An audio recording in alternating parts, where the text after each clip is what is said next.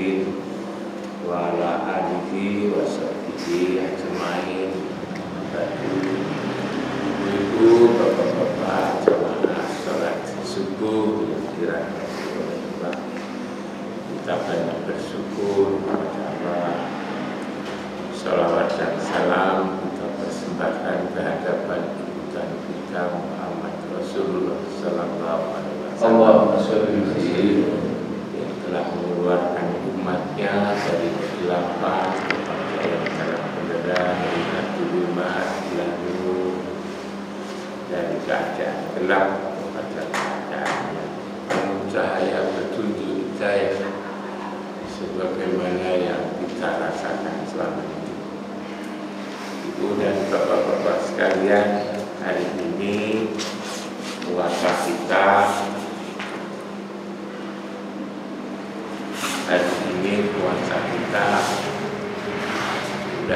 sudah memasuki hari yang ke-10. Sudah 10 hari. Hari ini 10 hari kita menjalankan ibadah puasa. Biasanya kita mendengar dari ustadz, dari kiai, dari alim ulama bahwa puasa ini dibagi menjadi tiga bagian, 10 hari pertama, 10 hari kedua, 10 hari ketiga. Disebutkan hari pertama itu adalah penuh dengan rahmat. Lalu kemudian yang kedua itu maghfirah, penuh ampunan. Lalu kemudian 10 hari ketiga itu itqum minan nar, sehingga kita mendapatkan kasih sayang, kita mendapatkan ampunan, kita dijauhkan dari api neraka. Kita mendapatkan semuanya. Kita mendapatkan semuanya sebetulnya. Ketika kita ngikut Muhammad Rasulullah, kita itu akan mendapatkan semuanya. Semuanya akan dapat. Kita menjalankan puasa ini, kita ngikut Rasulullah, itu akan mendapatkan semuanya. Dan kalau kita dapat semuanya, betul-betul dapat semuanya, itulah kita memperoleh kebahagiaan. Kita memperoleh kebahagiaan. Dan memang kadang-kadang kalau kita mendengarkan nanti bagaimana di Padang Mahsyar kita diadili, kan? Katanya suasananya sangat mengerikan. Tidak ada orang yang bisa menolong kecuali Muhammad Rasulullah memberikan syafaat. Dan satu-satunya yang bisa memberikan syafaat itu ya Muhammad. Semua para nabi, para rasul itu tidak bisa memberikan syafaat. Semua nanti akan suruh datang kepada Muhammad Rasulullah ini. Tapi sebenarnya ibu dan bapak-bapak sekalian, itu ada orang-orang yang tidak dihisab. Ada orang yang tidak dihisab, ghairil hisab, tanpa dihisab. Orang yang tanpa dihisab, tanpa dihitung, langsung masuk surga itu lewat jalan tol katanya. Ada yang tidak dihisab. Jadi ada yang tidak dihisab itu, tanpa dihisab, tidak dihisab, lalu kemudian yang dihisab. Kalau saya tidak salah ingat ada 7.000 yang tanpa dihisab. Ada 70.000 lagi. Saya lupa ingatan jumlahnya, tapi banyak.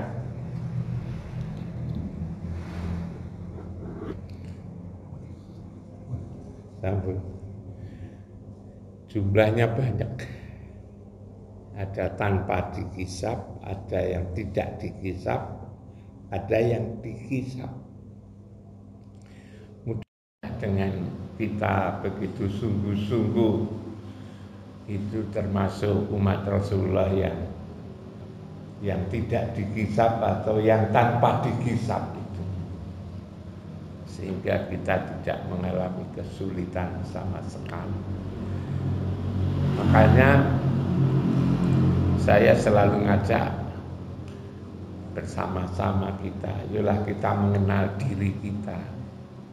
Diri kita ini siapa? Seringkali kita ini diri kita saja itu tidak tahu. Jangankan orang lain, diri kita yang sebenar-benar diri itu siapa? Yang kembali kepada Allah itu siapa? Kalau ada innalillah wa inna ilaihi rajiun, bahwa kita ini dari Allah. Yang dari Allah itu siapa? Kalau tubuh kita ini sesungguhnya dari ibu dan bapak, ya tentu dari Allah. Semua yang menciptakan itu Allah. Tapi secara fisik kita lihat ibu bapak kita ini dan dilahirkan oleh ibu dan bapak. Itulah yang disebut dengan manusia. Dalam Al-Quran disebut dengan sebutan insan, disebut dengan sebutan anas, disebut dengan sebutan al-basar, disebut dengan sebutan bani Adam. Itu yang tubuh ini. Makanya kalau disebut dengan insan selalu jelek, selalu konotasinya negatif. Kalau disebut insan di dalam Al-Quran, innal insana li rabbihi lakanut. Insan itu kepada Tuhannya saja ingkar. Innal insana layatgha. Manusia itu selalu berlebih-lebihan.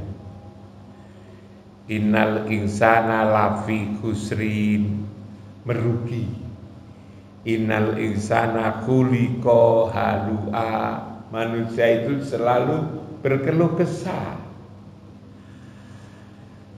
Innal insana ladulmun mubin, dolim yang nyata, doluman jahula, dolim dan jahil, kafuro, ingkar, jidala, suka berdebat, cari menang. Agama ini jangan dicari menang. Kalau agama ini menang itu ketika kita bisa mengalahkan dirinya sendiri. Doifa, lembek, faturo, tergesa-gesa. Ada banyak kali manusia itu dinyatakan dengan kata yang negatif, kecuali satu saja di surat At-Tin itu, laqad khalaqnal insana fi ahsani taqwim, bahwa manusia itu diciptakan dalam bentuk yang sebaik-baiknya. Tubuhnya itu memang sebaik-baiknya tubuh itu. Dibandingkan dengan binatang, dibandingkan dengan macam-macam, kita ini memang terbaik. Tapi lalu kemudian segera summa rodatnahu aswala safilin. Mas Arianto itu sering membaca surat At-Tin itu, summa rodatnahu asfala safilin, kemudian dikembalikan kepada yang sejelek-jeleknya. Jadi komplit loh sebetulnya manusia itu jelek. Hanya banyak orang ya, walaupun Al-Quran mengatakan begitu, tidak paham. Mengatakan bahwa mudah-mudahan kita kembali kepada kemanusiaan kita. Manusia itu jelek ya. Kemudian kita kembali kepada kemanusiaan, kembali jelek jadinya itu. Kalau menurut Al-Quran itu kita teliti, tapi memang orang seringkali tidak mau teliti, Bapak. Ada misalnya di Soekarno-Hatta itu apa namanya, ada yayasan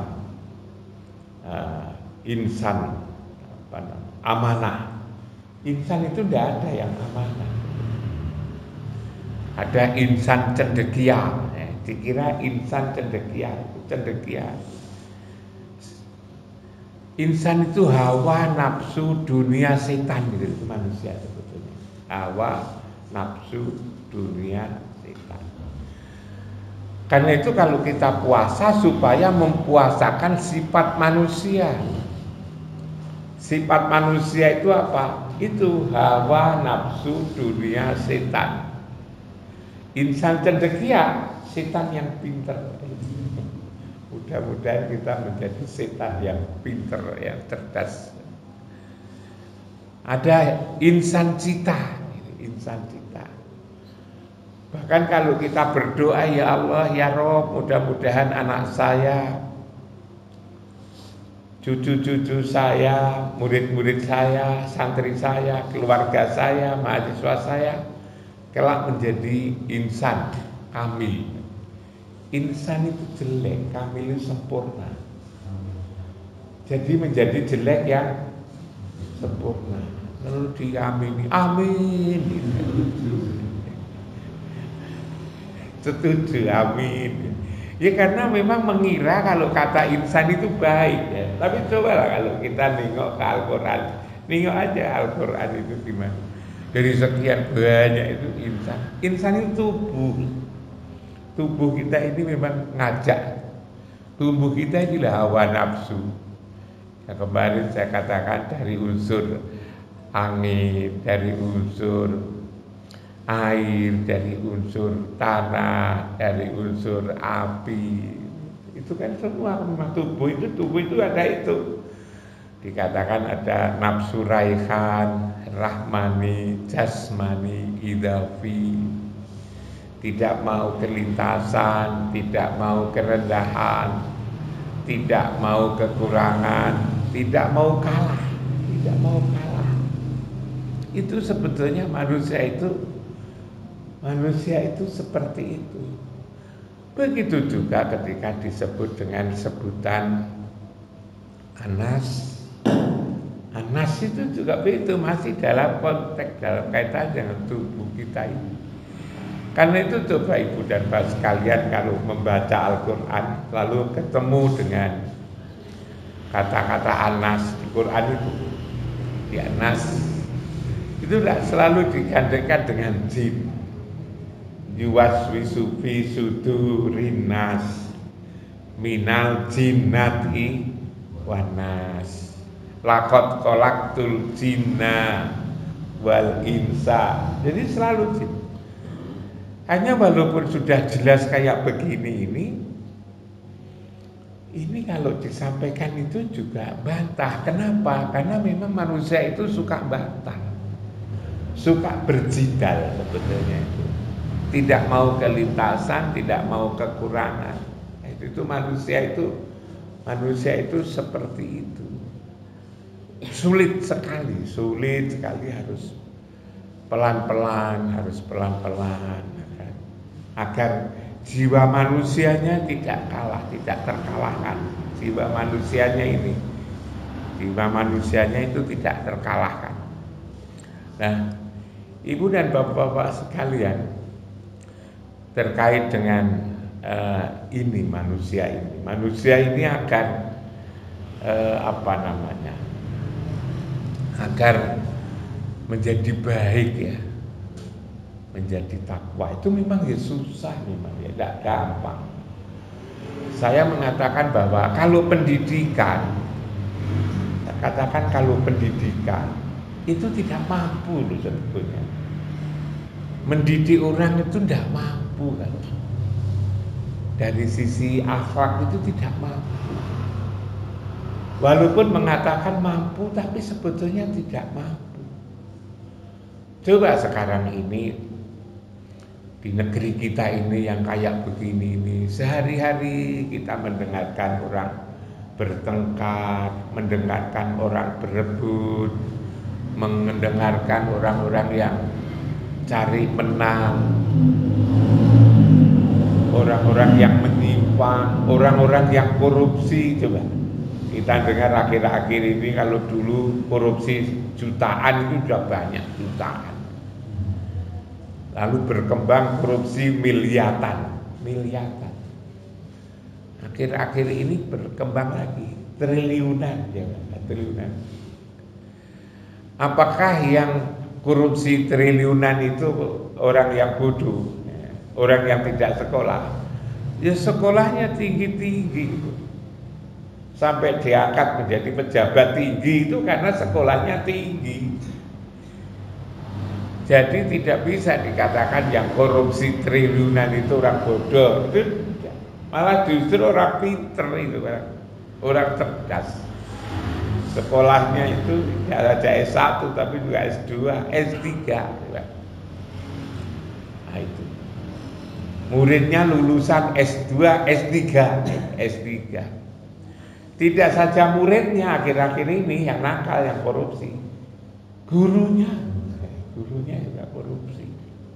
Tidak saja gurunya, kepala sekolah, kepala sekolah, rektor. Akhir-akhir ini kita akan disuguhin berita-berita rektor korupsi. Jadi beberapa tempat rektor korupsi, padahal rektor itu sudah S3, padahal rektor itu profesor. Itu masih ditangkap KPK dikata polisi pakai baju kuning. Ini apa sebetulnya? Memang tidak mampu, pendidikan itu tidak mampu. Kalau ngurus ini urusan Rasulullah sebetulnya, utusan Allah sebetulnya. Jangankan memperbaiki akhlak orang lain, akhlak saudaranya sendiri, akhlak anaknya, akhlak istrinya, akhlak dirinya sendiri saja itu tidak bisa sebetulnya. Itu memang ruhani, ini bukan bagian daripada tugas-tugas kita. Ini adalah tugas Allah dan Rasul. Makanya lalu yas'alunaka anir ruh.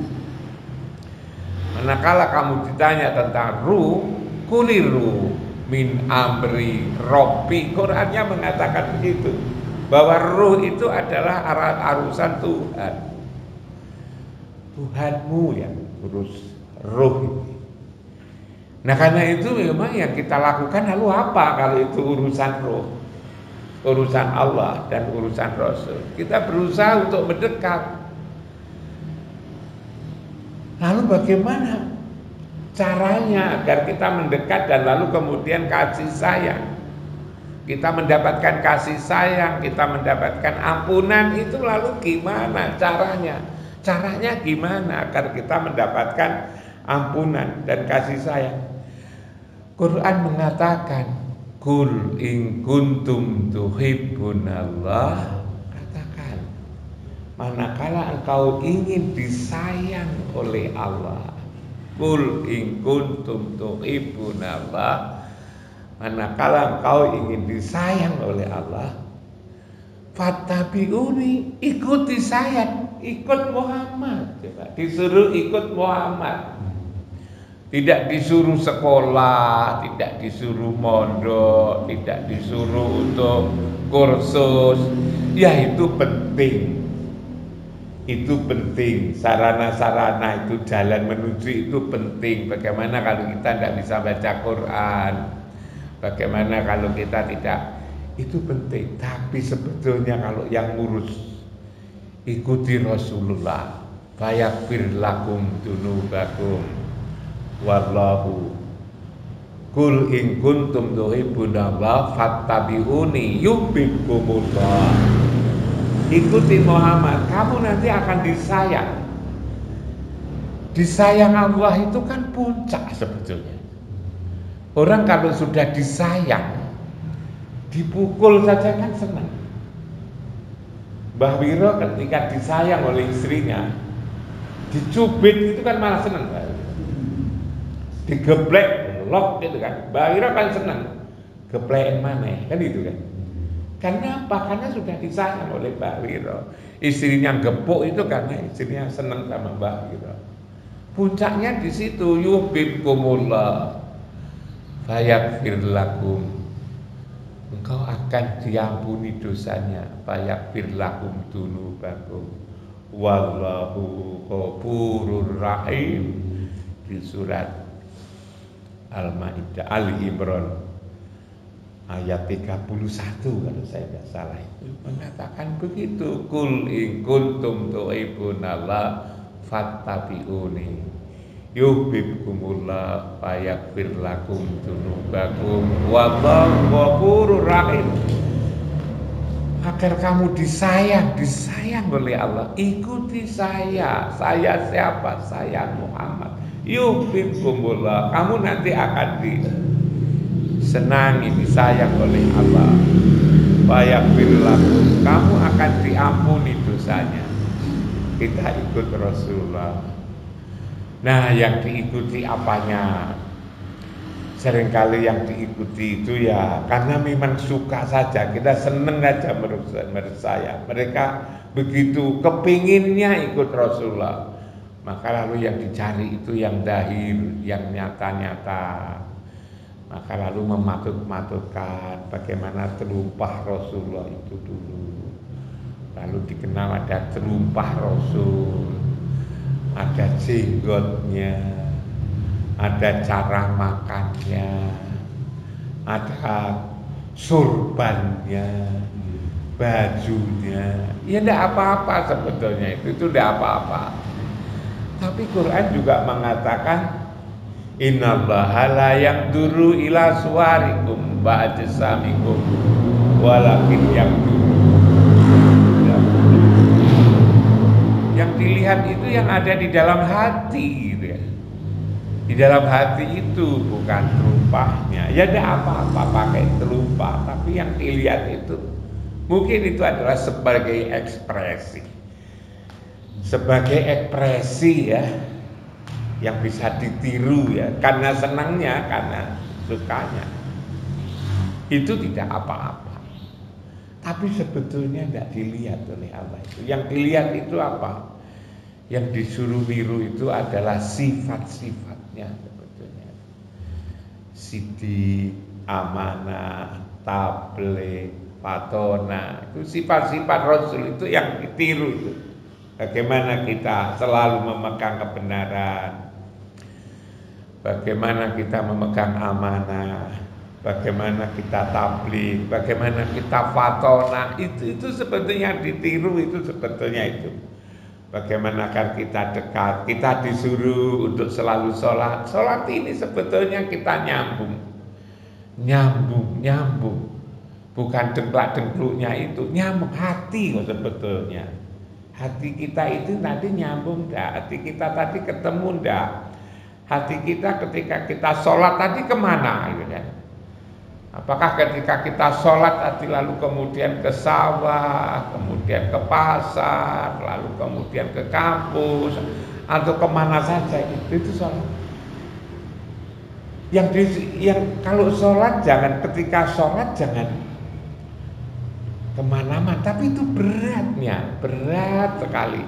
Maka lalu kemudian dikasih pandangan ada tempat yang harus diingat, ialah Masjidil Haram. Qad naro taqalluba wajhaka fis sama falan waliyanaka qiblatan tardoha fawali wajhaka satral Masjidil Haram. Ayat-ayat yang mirip kayak ini banyak. Tapi orang juga bertanya, bagaimana saya ingat, saya merasa di Masjidil Haram, saya belum pernah ke situ. Selalu ditanyakan. Saya bilang, sampean belum ke sana, tapi kalau sholat kok sampean juga menghadap ke sana. Padahal sampean belum ke sana. Oh iya ya, baru oh iya ya, gitu kan. Padahal memang juga dikatakan wa makana sholatuhum indal baiti, tidaklah sholat di Baitullah. Sholat itu harus berasa di situ. Tidaklah sholat kecuali illa bukaan wa tasdiatan, kecuali hanya bersiul-siul. Jadi kalau kita sholat lalu kemudian hati kita kemana-mana, tidak kepada Rasulullah, tidak kepada Baitullah yang di situ Rasulullah dengan Allah, maka sama dengan bersiul-siul dan bertepuk tangan. Karena itu kelakuannya tidak berubah. Ya masih menjadi iri, menjadi dengki, menjadi takabur, menjadi ini di situ. Illa bukaan wa tasdiatan. Bahkan diteruskan di ayat itu, fadukul adzaba bima kuntum takfurun. Ingat, azab Allah begitu keras karena kamu menserikatkannya. Katanya kamu nyembah Allah, hatimu di Baitullah, menghadap Allah dan Rasul, tapi lalu kemudian ingatanmu kok kemana-mana. Itulah disebut menserikatkannya. Karena itu saya katakan bahwa yang namanya sholat itu berat banget itu ya karena ini. Kalau hanya dengklak-dengkluknya itu berdiri, tegak berdiri, baca Fatihah, ruku, i'tidal, sujud, duduk di antara dua sujud, itu mudah, anak kecil aja bisa. Anak kecil aja itu bisa, tapi yang ini loh, nata hati agar memang itu nyembah, itu yang berat, itu sebetulnya di situ itu yang berat sholat itu. Makanya lalu kemudian jangan sederhana. Dikatakan fawailul lil musallin. Celakalah orang yang sholat. Siapa? Juga alladzina hum an sholatihim sahun. Dia lupa bahwa dia sedang sholat. Nah ini Ibu dan Bapak sekalian, kita mencintai Rasul, ikut Rasul, percaya benar dengan Rasul Muhammad Sallallahu Alaihi Wasallam. Ini sebetulnya kuncinya, ini kuncinya. Ikut Rasul itu kuncinya. Allah juga mengatakan kul in kuntum tuhibbunallah fattabi'uni yuhibbukumullah fayaghfir lakum dzunubakum wallahu ghafurur rahim. Di situ. Lalu dengan kaitannya puasa yang seringkali ayatnya dibaca oleh Pak Markus itu kan, ayat-ayat puasa itu sebetulnya di surat Al-Baqarah ayat 183 yang mengatakan ya ayyuhalladzina amanu kutiba alaikumusiyam kama kutiba alal ladzina min qablikum la'allakum tattaqun. Ya ayyuhalladzina amanu, dulu pernah saya sampaikan kepada Ibu Bapak di sini. Yang diseru itu adalah iman. Iman. Orang memaknai iman itu percaya. Percaya itu kata kerja. Aku percaya. Aku makan. Aku minum. Aku nyambut gawe. Nyambut gawe, minum, makan, itu kata kerja. Tapi iman itu bukan kata kerja, iman itu kata benda. Karena itu bukan percaya, tapi adalah kepercayaan. Amana yu'minu iman, imanan itu masdar, kata kerja. Kata benda itu kata benda. Kalau kata benda bukan percaya, tetapi kepercayaan. Kepercayaan siapa? Kepercayaan Allah. Itulah yang ditiupkan oleh Allah. Ditiupkan oleh Allah ketika kita umur 4 bulan 10 hari yang masih di dalam rahim ibu, kandungan ibu itu. Ketika kita masih berada di dalam kandungan umur 4 bulan 10 hari ditiupkannya ruh. Roh inilah disebut dengan iman. Roh itulah disebut dengan nur, dengan cahaya. Ruh itulah disebut dengan kitab. Maka bacalah kitabmu. Kitab itu, roh itu yang ada di dalam itu built-in. Yang dulu ada, ini adalah di dalam aspek manusia yang paling dalam. Ada sadrun di dalam yang kita lihat. Ada kolbun, ada fuadun, ada sakhofun, ada lubun, ya Pak. Ada sirun. Di dalam sendiri masih ada namanya anak. Anak itulah nikmat, itulah zat, itulah rasa. Maka kita bersyukur pada Allah atas nikmat. Nikmat itu yang di dalam ini loh, yang bisa merasakan itu. Dan rasa itu yang paling mahal. Rasa inilah yang paling mahal, rasa ini. Kalau tidak ada rasa, itu orang tidak ada gunanya. Tidak ada nikmat. Seringkali kita ngomong pada yang telah mendapatkan nikmat, yang telah nikmat itu apa tidak tahu. Nikmat itu rasa yang paling dalam, yang tadi soderun, kolbun, fuadun, sakopun, lubun, sirun, anak yang paling dalam. Rasa dan nikmat. Kita menghargai sesuatu itu karena rasa. Kita beli daging kambing, kita beli daging sapi, kita beli daging ayam, kita beli daging burung macam-macam, burung puyuh atau apa. Kenapa kita memilih kambing? Karena kita ingin rasa kambing. Kenapa kok kita milih daging ayam? Karena kita ingin rasa ayam. Buah-buahan juga gitu. Kita beli buah itu karena rasa. Kita beli durian karena kepingin rasa durian. Kita beli jambu karena ingin rasa jambu, ingin rasa nenas, macam nangka, kita rasa belimbing. Karena rasanya beda-beda. Coba umpama semua daging itu sama. Semua daging sama. Apa kita harus milih mau rasanya sama? Umpama misalnya rasa buah itu sama, apa lalu kita memilih? Tidak perlu milih, karena rasanya toh sama. Habis lanjut lagi, umpama daging itu tidak ada rasa. Umpama daging, semua daging itu tidak ada rasanya. Apa sampai mau beli daging? Apa sampai mau makan daging? Tidak ada rasanya. Umpama buah itu tidak punya rasa, apa sampai makan? Tidak mau makan karena tidak punya rasa.